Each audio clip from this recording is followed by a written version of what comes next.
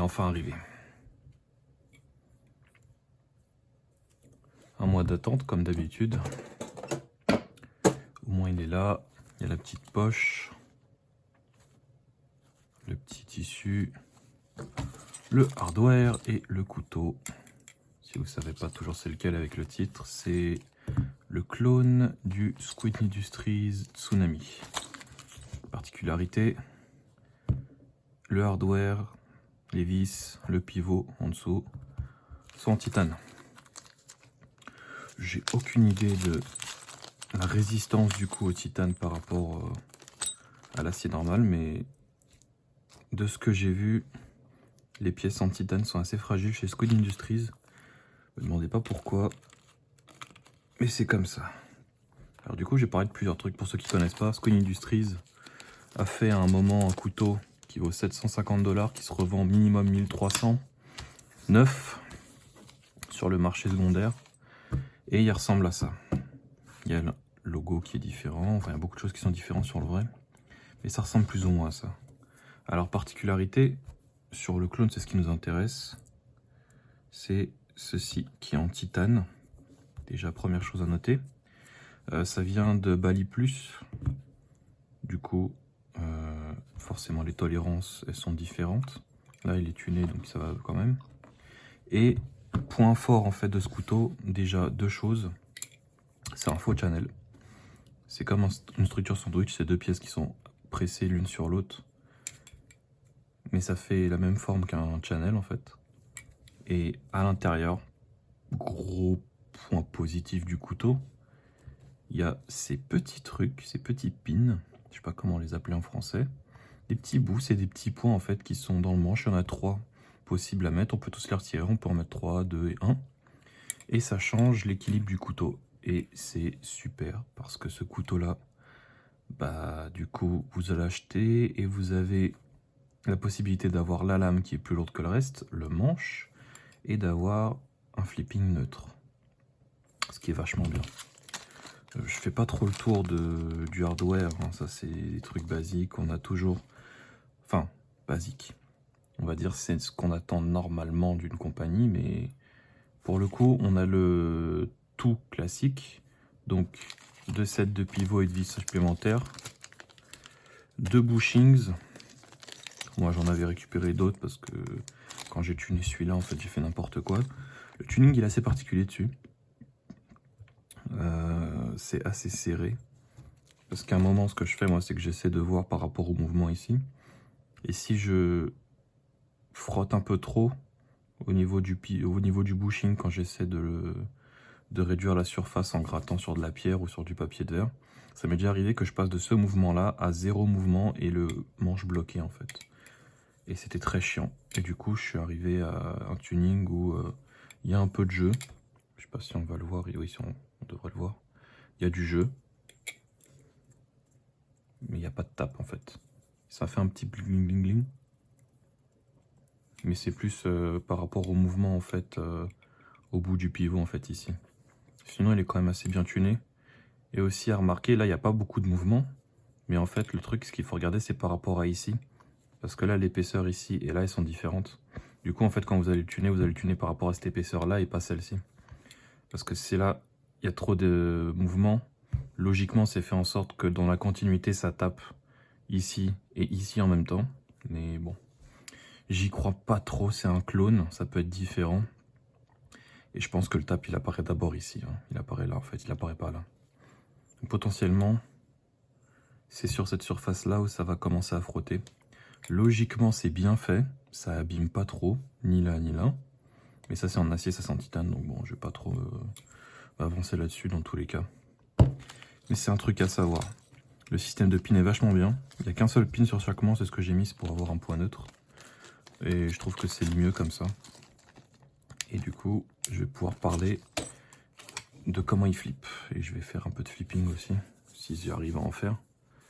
Alors, je ne l'ai pas montré, mais il n'y a pas longtemps, j'ai acheté le NRB Vortex, qui est en aluminium 70-75, celui-là. Normalement, il est en 60-61.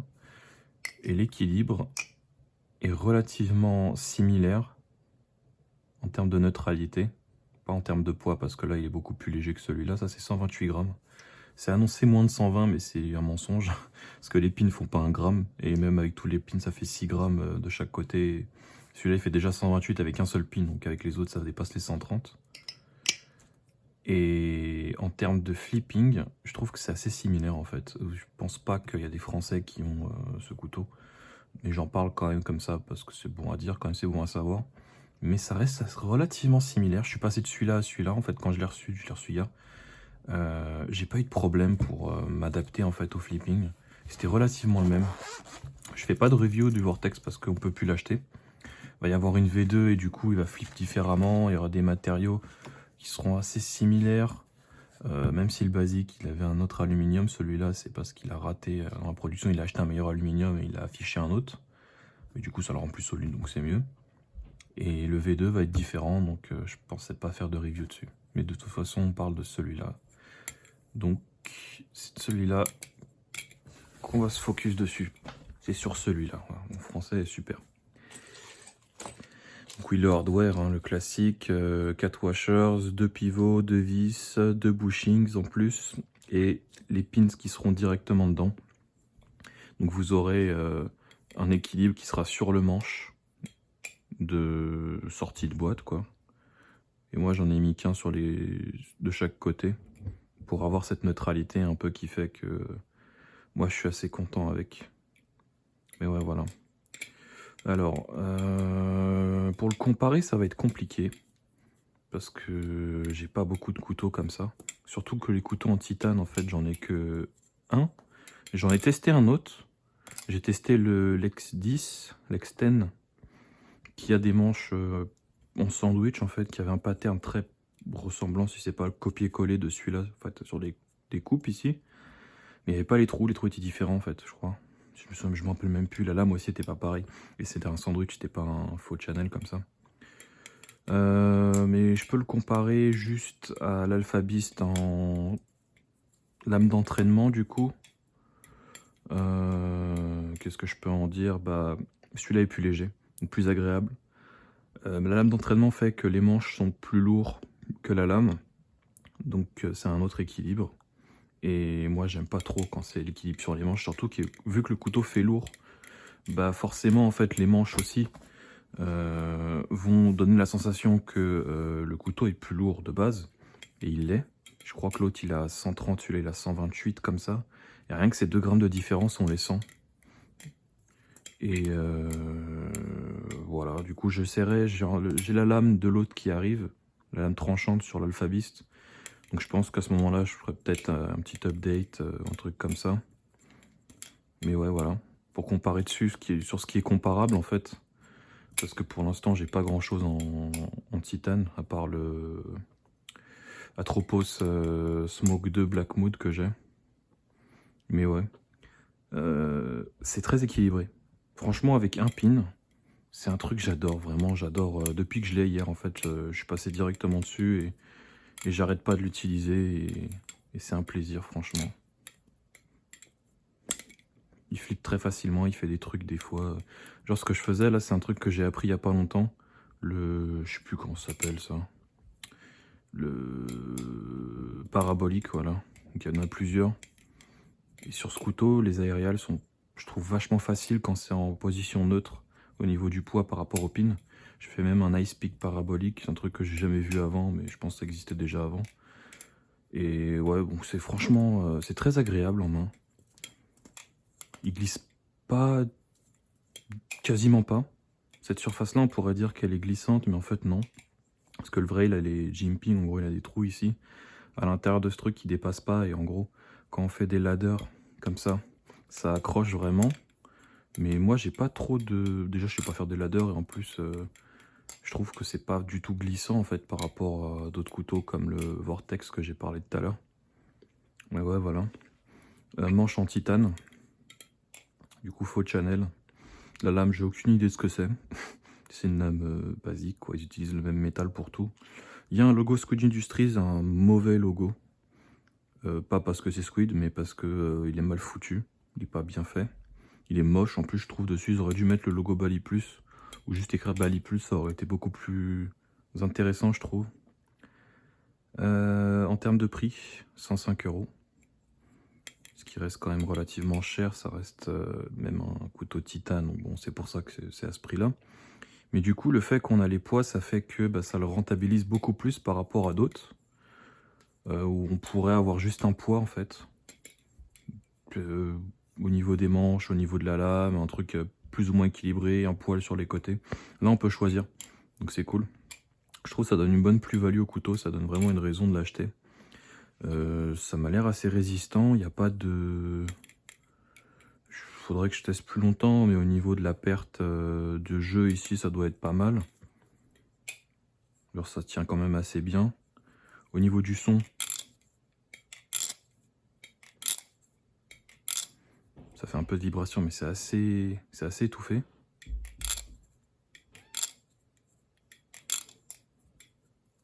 Ouais, voilà. Qu'est-ce que je peux en dire d'autre? Je sais pas trop en fait, parce que c'est un truc, faut vraiment l'utiliser pour comprendre comment il est. C'est équilibré, ça c'est sûr. Vraiment équilibré, il n'y a pas de souci. Et ça fait pas trop lourd en main, on sent quand même le poids. Mais ça fait pas trop lourd. Et c'est ça qui est cool dans ce couteau, c'est que bah au final c'est vachement agréable, même au niveau de la texture sur le manche, que quand il bouge en fait, tout le flow est assez... c'est assez agréable en fait. C'est pour ça que moi depuis que je l'ai reçu hier, que je l'ai tuné, j'ai tuné 2 fois. Mais je suis tout le temps dessus en fait. Le son est pas très fort, donc ça devient pas ennuyant à force. Mais ce petit claquement, c'est vachement agréable je trouve. Et c'est directement lié en fait à la structure. Enfin voilà. À noter que ce truc là des fois peut un peu gratter sur les rollovers. Quand on fait des trucs comme ça, on le sent en fait sur le doigt ici. Au moment où ça va... Voilà. Donc je jetais le couteau comme malpropre. Donc en fait quand vous faites le mouvement ici, vous le lâchez, ça a tendance à un petit peu accrocher, ça gratte en fait. Ça c'est un truc à noter. Et bah, je crois que c'est tout, hein. De toute façon, pas grand chose à en dire, il est pas mal. Moi je trouve qu'il vaut son prix, c'est un bon achat. Seul inconvénient, bah, vous pouvez pas l'acheter. Alors je fais un review dessus, mais en sachant ça, mais c'est pas sans raison. En fait, si vous voulez, le couteau est sorti. Il s'est vendu peut-être pendant 2 semaines. Et vu que ça a été un premier jet, allez savoir pourquoi, ils n'ont pas prévu le coup, ou ils ont juste trouvé que c'était un bon truc commercial. Ils se sont dit, hop, on va arrêter de le vendre. Et du coup, les gens ils étaient là, mais non, mais moi j'en veux un, machin. Ils ont fait, ouais, mais il revient dans 3 mois. Pourquoi? Bah, c'est comme ça, c'est parce qu'on peut pas. On peut pas, voilà. Et du coup, nous, on est comme des cons. Enfin, les gens sont plutôt comme des cons. Parce que ceux qui n'ont pas pris tout de suite, bah du coup, vous pouvez pas l'avoir en fait. Il faudra attendre un peu. Mais c'est un truc à savoir, ce couteau, il est vachement bien. Je vais mettre en lien la vidéo de DJ Spyro, qui en a parlé, qui l'a comparé au vrai Tsunami. Parce que lui, il est allé au Blade Show à Atlanta, je crois, c'était, je sais plus où il s'est... Non, ça c'était celui de 2021. Et en gros, il est allé en acheter un. Merde. Il est allé en acheter un. Il a adoré. Et il fait une comparaison des deux, en fait, en disant que les deux ne valent pas leur prix. Qu'il y a mieux pour ce prix-là. Alors, je pense que le mieux, c'est le Channel Alpha Beast avec la lame tranchante. Certaines lames... Enfin, certains types de lames. Parce que, bah, apparemment, il y en a 2, je crois. Il y en a un qui est un petit peu plus lourd ou moins lourd, je sais plus. Ah, pardon. Et du coup, bah ouais, il le recommande, il dit voilà, celui-là il est mieux à acheter. Moi je préfère largement celui-là. En fait, il a un cachet, je sais pas ce que c'est, il a un cachet sur sa structure, sur le ressenti en main. Je le préfère beaucoup plus à l'autre qui est un peu plus carré en fait, qui fait des formes hexagonales sur les bords et ça se ressent en fait. Et moi je fais beaucoup de fanning. Et du coup, bah, celui-là il est beaucoup plus agréable pour moi quoi. Ah, un truc que j'ai pas parlé, tiens.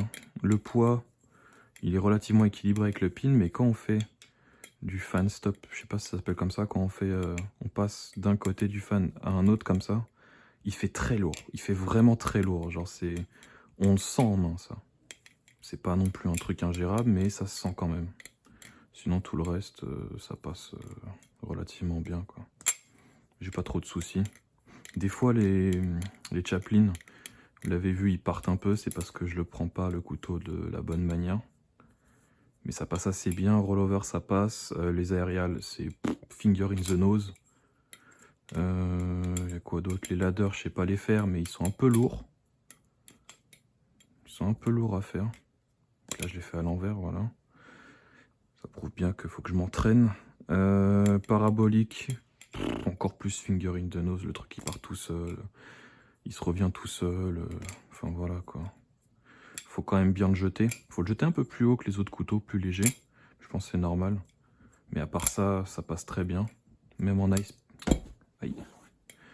Même en ice picking quand on le fait bien. Là j'ai un peu peur à cause de la caméra, mais en général j'y arrive plutôt bien. Et voilà quoi, je sais pas. Très bon couteau. Dès que vous pouvez, si vous voulez acheter un couteau vers 100 balles avec des manches titane et tout, must have, franchement.